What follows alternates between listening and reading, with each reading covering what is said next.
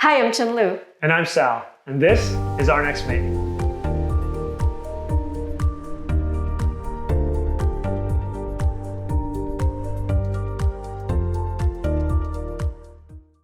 We recently showed you our plans to transform this bedroom into a multi-purpose space for Our Next Mate.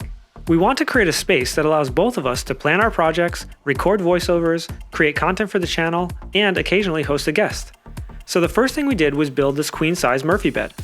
For the Murphy bed hardware, there are a few options for raising and lowering the mattress. We've chosen to go with the gas piston because we feel that it's more compact and easier to install. We started by getting this kit from Create-A-Bed.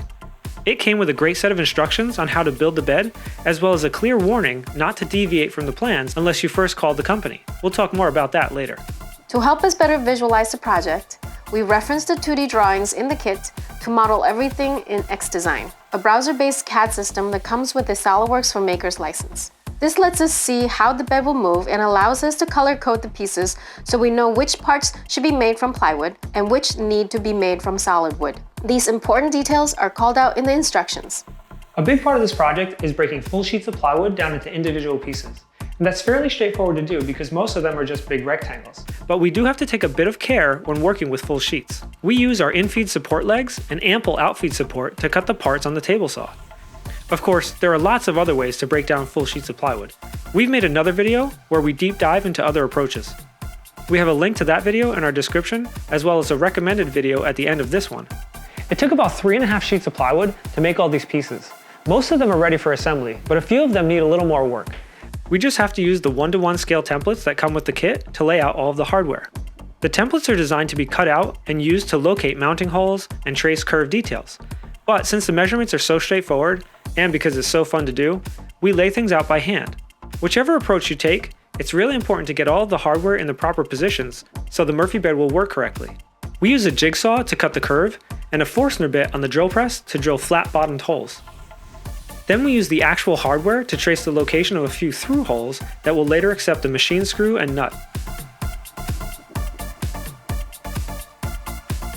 The bracket for the gas piston has to be precisely located, so we use a few wooden spacers to position it and hold the ball joint the right distance away from the side.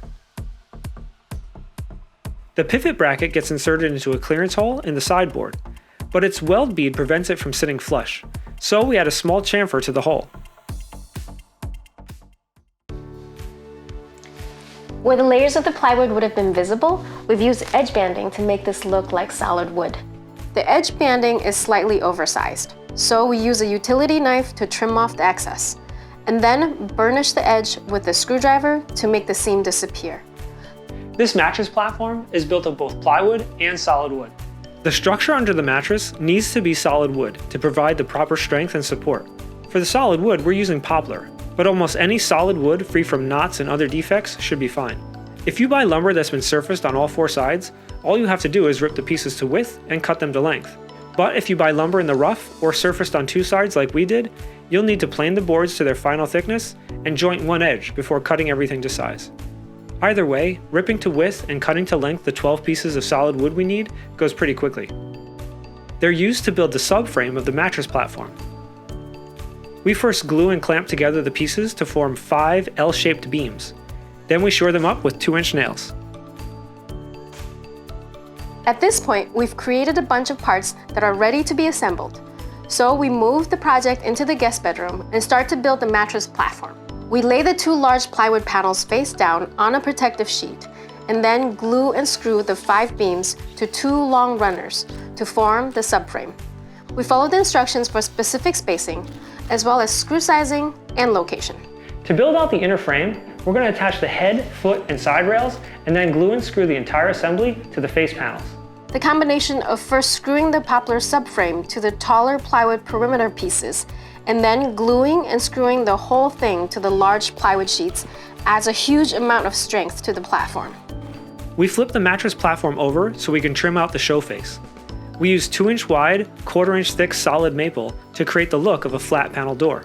We mark each piece and cut it to length, then glue and pin nail it in place. When we're applying trim here at the corner, we have to decide what aesthetic we're going for.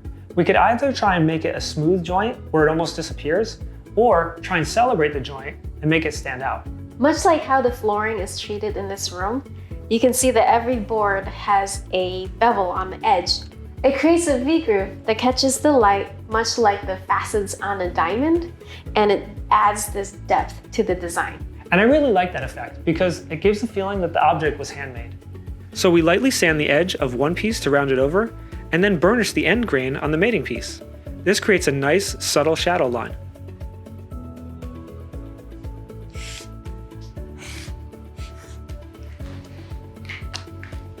We're both passionate designers who communicate best with visuals, so we decided to put in a magnetic chalkboard.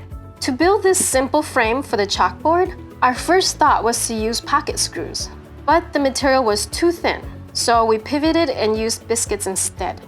Just before gluing things up, we routed a rabbet in each piece to receive the chalkboard panel. To mount the frame, we center it on the mattress platform and pre-drill for the handles that will hold it in place. Then we align the chalkboard, the frame, and the handles and tighten the screws from the underside. Off camera, all of the pieces receive 3 coats of wipe-on poly. Once dry, we start the fairly straightforward process of attaching all the hardware. We check to make sure we're using the right screws for each piece, and then everything goes quickly because of all the pre-drilling we did earlier in the build. After we attach the folding legs to each side of the frame, we screw on a 3/4 by 3/4 piece of solid maple to join them together. The underside of the mattress platform receives a layer of 1/4-inch plywood. As we screw it in place, we attach 2 pieces of elastic banding that will help hold the mattress in place. That completes the mattress platform. There's only one step left before we can attach it to the frame, and that's to notch the sidewalls to make room for the floor holder. This detail will be hidden by the side tables when the project is complete, so we could just cut an oversized rectangular notch, but we like to practice our skills every chance we get, so we opt to scribe the shape of the molding instead. To get great results, first set the width of the compass to the distance between the wall and the plywood. Then start scribing the shape of the molding, making sure the width of the compass doesn't change. Also, do your best to keep the compass in the same orientation, in this case parallel to the floor. Take your time using a jigsaw to cut the shape, and with a little bit of practice, you should have great results. We're in the home stretch now. We need to build the structure around the bed that will be secured to the wall and provide a nook for the bed to tuck into. We place the side walls alongside the mattress platform and insert the pivot posts into the pivot bracket, making sure to use the spacer provided in the kit. This joint gets secured with an E-clip. The headboard connects the 2 sides together. We use a few clamps to hold it in position and then secure it with 2 screws on each side. Then we attach the header assembly to the sidewalls using 4 screws on each side. This header assembly is a pretty important part of the whole project, and one that the Create a Bed company wants to make sure we build correctly. We wanted to cut a groove in the front rail for a detail we'll add in the future. So we called their support line and spoke with their great staff, who talked us through what we could and couldn't do. They were extremely helpful and made us feel comfortable about moving forward with our idea. In preparation for anchoring the bed to the wall, we use a stud finder to mark the locations of the wall studs. We transfer those locations to the header assembly so we can pre-drill and start the 3-inch screws that will hold the unit to the wall. We pivot the unit into its upright position and have a mini celebration before we tackle the last few steps. The first of which is installing the gas pistons. So we lift up the mattress platform and overextend it into the frame. This allows the ball joint brackets to get into a position where the ends of the gas pistons can be easily snapped into place. Then we can complete the oh-so-important task of securing everything to the wall. This bedroom has really low ceilings, so it was tricky to get the impact driver into position. We had to remove the battery just to get the tool into place. Then we remembered that we have a few extension pieces that would allow us to work just outside the gap. It was a janky collection of accessories, but it got the job done.